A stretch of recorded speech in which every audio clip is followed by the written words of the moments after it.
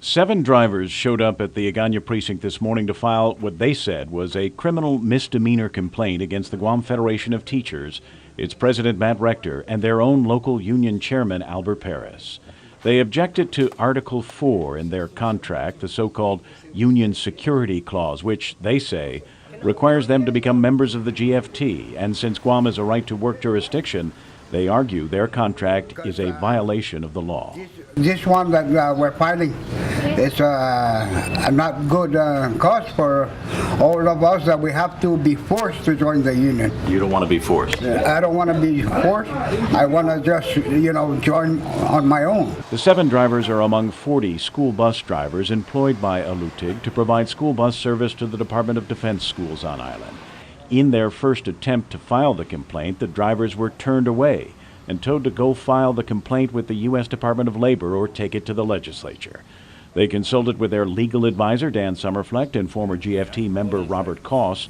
Some phone calls were made to police headquarters in Tietzen, and then the drivers returned a second time. They got some other information from Robert Koss, and then Dan Summerflecht called somebody up and made something.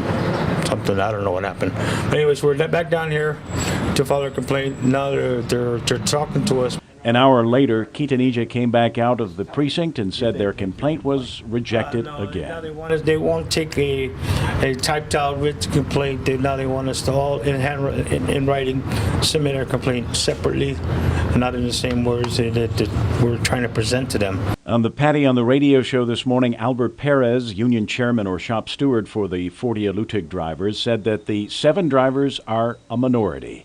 However, he admitted that he didn't know that Guam is a right-to-work jurisdiction. Now, were you aware that this clause was included in the contract? At the time, we were not aware of that. I was aware of the clause, but I wasn't aware about no right to labor law. I mean, as far as Guam is concerned. You don't know that Guam has a right-to-work law? I did not know that.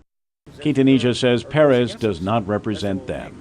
We don't know where he stands. We don't know how he got into that seat. We never elected him. We never had an election. So when you're asking me that question, does he represent me? Who appointed him? Who put him in that position? I guess he was appointed by Matt Rector because he ran unopposed in an election.